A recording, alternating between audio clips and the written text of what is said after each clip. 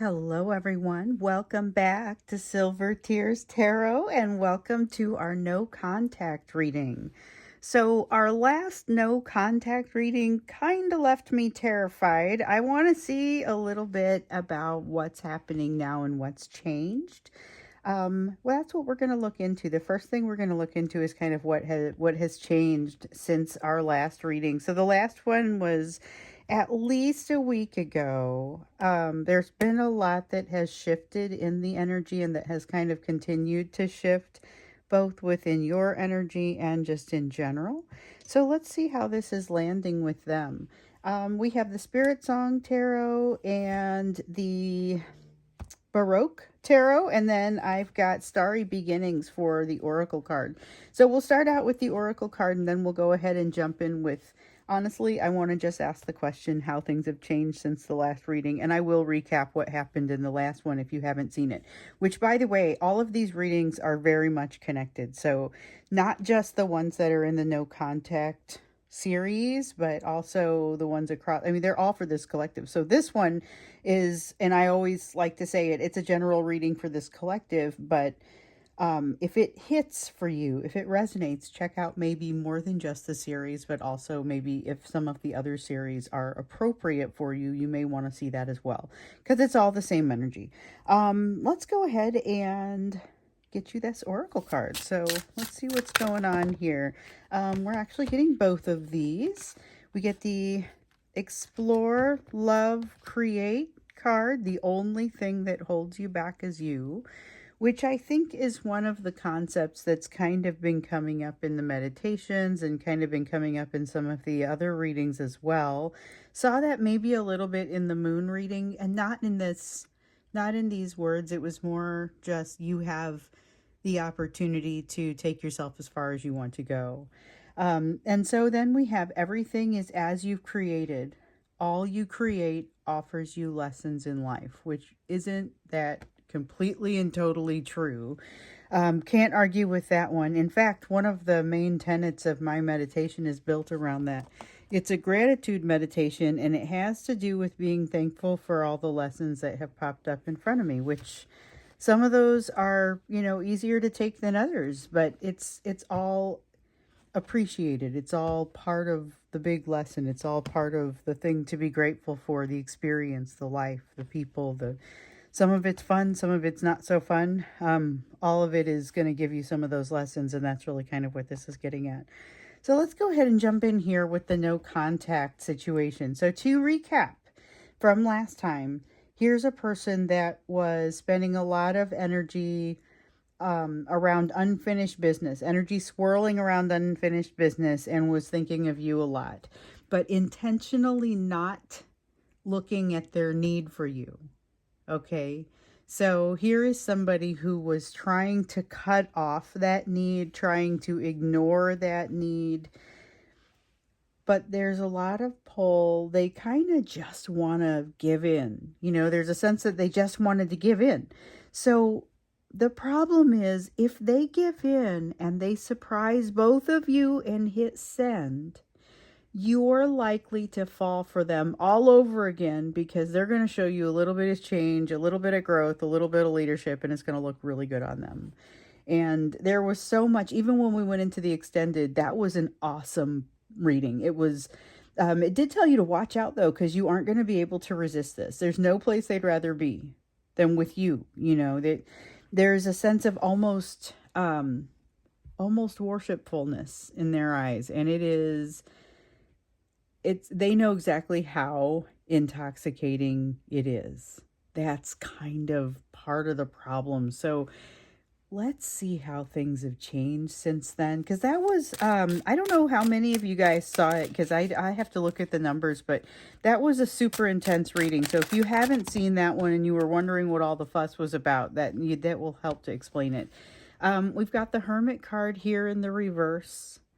This is not the sense of taking a moment out to get some things figured out. This is quite the opposite. This is jumping into the fray, almost unwise level of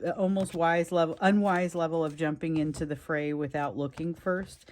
Depending upon your ability, or really their ability to handle the situation as it comes. So that's a skill, and it's a skill they possess, but it is also one that you kind of, if you have choices, you may not want to push it quite as hard as it feels like they are pushing it.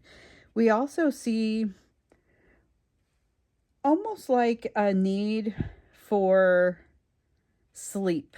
That's almost how this one comes across. Yeah, that Four of Feathers is about, it's air energy, and it's about rest and rejuvenation, but it's not, there's a need for it. It's like there's a need to become, or to get a little bit better rested, and that may help with this situation around not even really seeking out that wisdom. This is almost like, let me get myself together, let me get some rest before I jump into this new situation, before I jump into something I need to jump into, because there's kind of a sense of it's time for them to do something new, even if they don't necessarily feel ready to jump into it. And I do get the sense that they don't quite feel ready to jump into it. They don't feel like they've got themselves in order. It's like pulling out into traffic without really checking to see if something's coming.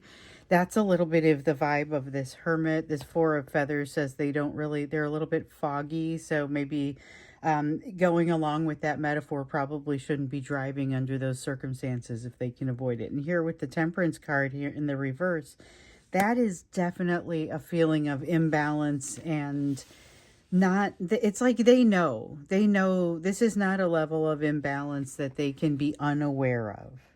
They are quite aware that things are out of whack. So if you're still out of contact with this person, or if they popped in last time, they popped in within the last few weeks and then popped right back out again, and now you're back in no contact, that's the kind of, this is what's happening when you're not being able to see it. So for some of them, they have actually reached out, and I know I got a couple of notes from people that said, I cannot believe it. This person just arrived or just appeared back after, in some cases, a number of years. And it's just an interesting sort of vibe when they do, because it's not as heartwarming as you would hope for it to be. Now, we do have this Page of Wands. There's still a fair sense of that curiosity that, frankly, they've always held for you. So I think there are some things about, this that just allow the feelings that they've already had to start to come to the surface. I don't know how much, so there's a desire to communicate, but there's not really as much of an ability to. It's like trying to say something, but all the words come out wrong, or wanting to communicate something, but just not being able to find the right time to break in. And it's kind of got a little bit of that vibe to it. This is awkwardness that feels honestly a little bit comforting to me, because last time, here's why. It's not that awkwardness feels comfortable. It's really, so last time when we did that reading, they had a lot of anxiety. They were wanting to hold on to their secrets. They were wanting to hold on to mystery, but they were maybe going to, like, without thinking about it a ton, reach out.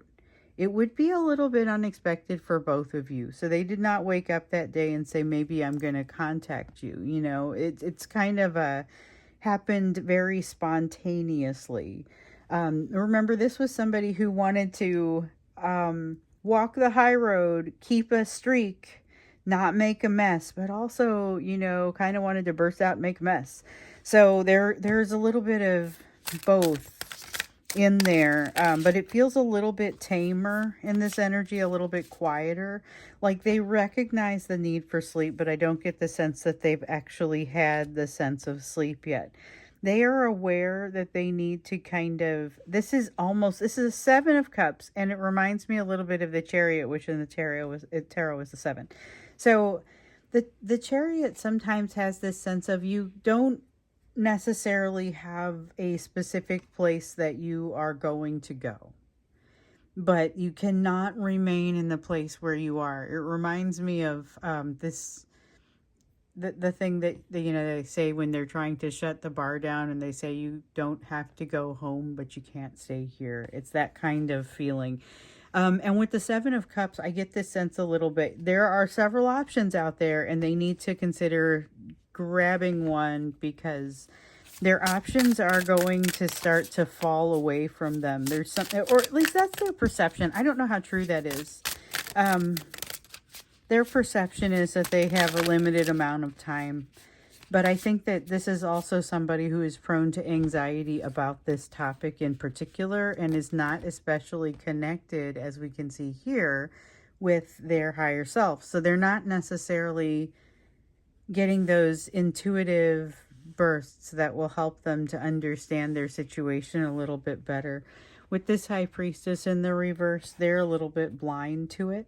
They're a little bit blind to it, but at least I don't see a steadfastness to remain blind to it. I just don't think they know how to access that. So that's probably a bigger deal than it sounds like, because that feels like a bit of an openness on their side that I don't think we typically see.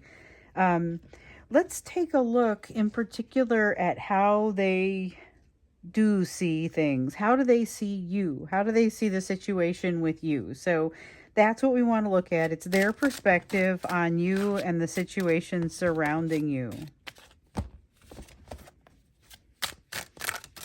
So these relationships in this collective take lots of different forms, but we're getting the basic feel for how they feel about it overall. What are their thoughts on that? How do they see it? 10 of Crystals, they feel like that you are an energy that will always be there. It's a very stable sort of energy. Knight of Acorns in the reverse want to get their hands on and control that. Heavy triggering with the Queen of Shells in the reverse. 6 of Crystals in the reverse. Seems like they always mess up in front of you. Interesting. So, have you ever had that where it feels like every mistake you make seems like it happens in front of this one person, so they're going to think you're a complete idiot, and it's frustrating, because maybe it's like every mistake that happens to be in front of them. That's how this person feels about you. With the Knight of Acorns, it's very I wish I could have control of not just the actions, the behaviors, but the narrative. That's wanting control of the narrative, which I think strikes me a little bit as different from the Knight of Acorns energy typically. So this is Knight of Wands in the reverse. That need for control, that's some Knight of Wands in the reverse. But that additional piece, I'm not sure where that comes from, but maybe it's a result of this Queen of Shells, because this Queen of Shells is about the triggering, and it's about the responses, or the kind of reactions. Reactions is really the better word, to that triggering. And with the 10 of Crystals, though, you feel like the thing that will always be there. You are the soft landing. You are the one that they don't exactly trust in the sense that you might think of trust. This is somebody who never quite learned how to trust, and so their opinions on it, whereas I won't say that they are warped, I will say that they are a little different from what yours might be. Let me see what I just dropped. Okay, there's that Knight of Wands. We have a Knight of Wands, Page of Pentacles. Okay. With the Page of Pentacles, this is that awareness of that I was talking about before, where they kind of have some idea that they don't have all the answers. They are aware that they have an openness to getting connected up a little bit, not necessarily getting connected up with their intuition and suddenly becoming very spiritual about it. It's more a sense of, yes, I recognize there's a gap here, and there's something that I'm not quite getting or not quite receiving. Knight of Wands, though, that's the desire that you may or may not still have to worry about, because what I don't know is what happens when they get to you, because this Knight of Wands says, okay, there's still a danger of them unexpectedly bursting out with a message, hitting send, and maybe making a little bit more of that mess that they said they were not ready, that they're feeling like they're not ready to make. So I get that they're not feeling ready to do it, but it is also, there's a lot of desire. they have the capacity to put forth a fairly solid game. Like, we know that if they reach out to you, you're going to have a hard time resisting it. We know that from last time. In fact, we were even told maybe you shouldn't reach out, because we asked the question directly, like, should you reach out to them? And it was not advised because you're not ready. It would just be, it's too strong of a pull. It's too strong of a pull. It will be too easy to fall for them. And it's not a testament to your ability to, like, how far you've made it or anything. It's just the alchemy between the two of you is a little bit too intense. It's and I do mean alchemy. It really does change the situation when the two of you, when your energies mix. So here we have the Hierophant in the reverse. Hierophant in the reverse, somebody's got your back. Somebody is telling, and it might be through them, but somebody is kind of trying to make things better, trying to make things make more sense. But for some reason, they are actively not listening to that. So this reminds me very much of their intentionally not looking at their desire for you, or you know what, it came out as like a 7 of cups, but there was one option that was very different from all the rest, and it was like this person was, the way that it felt, this person was very definitely not looking at that. Like, they were doing everything but looking at that, everything but looking in the direction they needed to go. So the thing is, there's this growing awareness within them that they are in need of some sleep, or it's really, it's not exactly need of sleep. It's rejuvenation, it's rest, it's spiritual rest. It's not exactly sleep that's gonna solve this problem for them. And when that 4 of feathers came up, I realized, even though it was like need for sleep, it really has more of a feel for rest within the soul. That said, they need to get a lot accomplished in a relatively short time.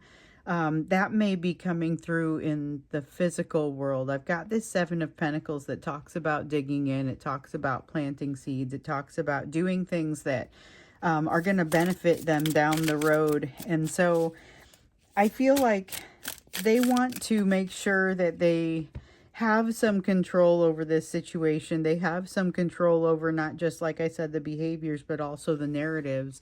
They don't feel ready. They want to keep you in this holding pattern. And the way that they see this relationship as a significant challenge because of the hump that they have to get over to even be able to experience it. So there is still a danger of them wanting to kind of come back and get close to you, which I call it a danger because you don't get to be on equal footing, because you're going to fall for it. I mean, they will show you some healing and it will look very good on them. And I'm not going to blame you when it happens, or, you know, heaven forbid it happened to me. But I mean, this is the sort of thing that it's hard to you'll have to bounce back from it. I'm not saying it's hard to bounce back from it, or I don't want to say that, but I think that this will be something that you have to resolve. It is something that you have to bounce back from. You have recovery from this if they reach out. You have the Hermit in the reverse, which does not seem like they are really doing what they need to do as far as learning the lessons. They're not learning the lessons, but they're also not gathering the wisdom along the way. And the thing is that they're still receiving it. They're just not really internalizing it. That feels important, the fact that they're not internalizing it. Let me see what I dropped. Okay, so they also have the Hanged Man here in the reverse, and I guess this has to do with them kind of wanting to keep their own counsel, trying to keep things relatively quiet.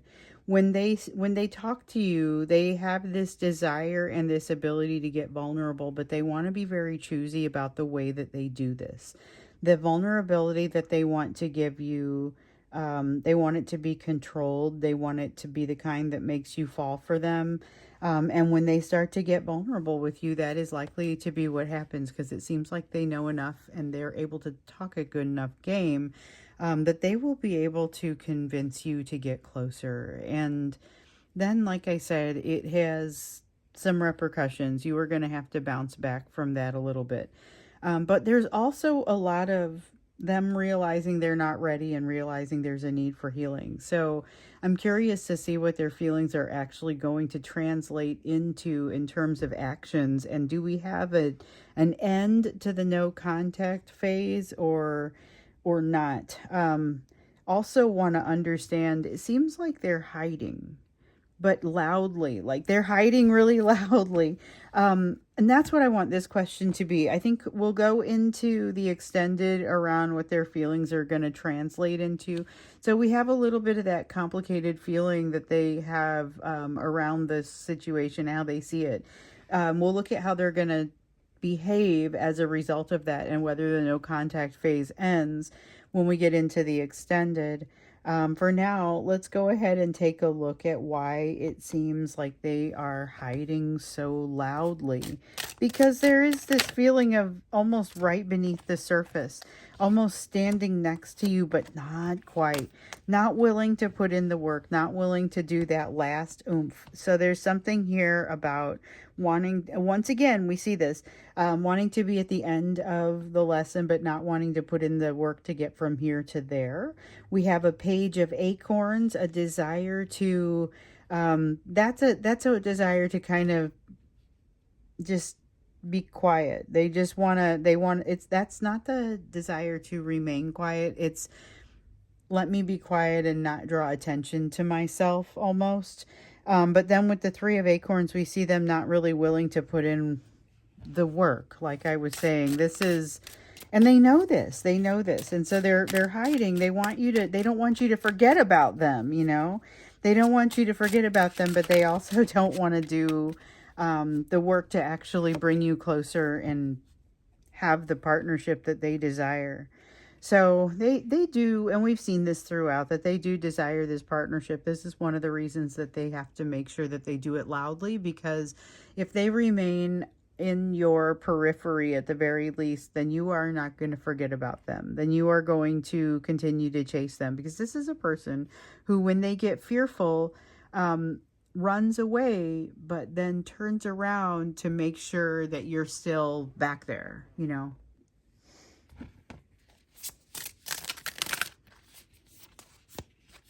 So justice, needing to get some things aligned.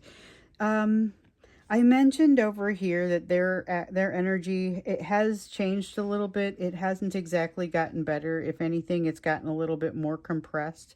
Their ability to handle the way that they kind of keep things off kilter is diminishing. So it's like they are putting off getting something done. They're kicking the can down the road and they are running out of road. There will be a need for some change. And they are able to see that. So we have the Judgment card coming out. There is a kind of an ability for them to see things a little bit more clearly. And some of that they're able to really get a look at in ways that they've never been able to see it before. So places where maybe they've mistreated you, they have misunderstood you, and they understand now that, oh my goodness, I got this wrong, So here's the thing. One of the things that we know that they feel about you is that you are a consistent, someone that will always be there. You are part of the foundation for them. You are the other half of the energy that makes all of this work. But they're not doing the work that they need to be doing in order to kind of bring the two of you into union. You create incredible happiness for them, but they're afraid to approach, and so they hide. But they can't allow you to get away, so they remain close. So we have this Chariot energy coming in, just like we did earlier with that Seven of Cups. You can't remain here, although it's unclear where exactly they are going to want to, like, what is their next step? They are in a place where, like I said, they're running out of road. They're going to have to really determine some things. They're going to have to figure some things out, and it's time for them to get started. But as much as they're aware of that and can feel that, they kind of can't make themselves stop hiding. This is a bit of a, it's almost like a panic energy. It's almost like not being sure. Oh, that's it. It's almost like not being sure how to, like, they don't know how to get where they have to go. I keep coming back to this concept of you being the escape route and them not knowing how to get to that path. You are the ultimately where they want to go. You are ultimately the beginning that they need to create, and yet they are unable to move forward, but also unable to pull back and get themselves together.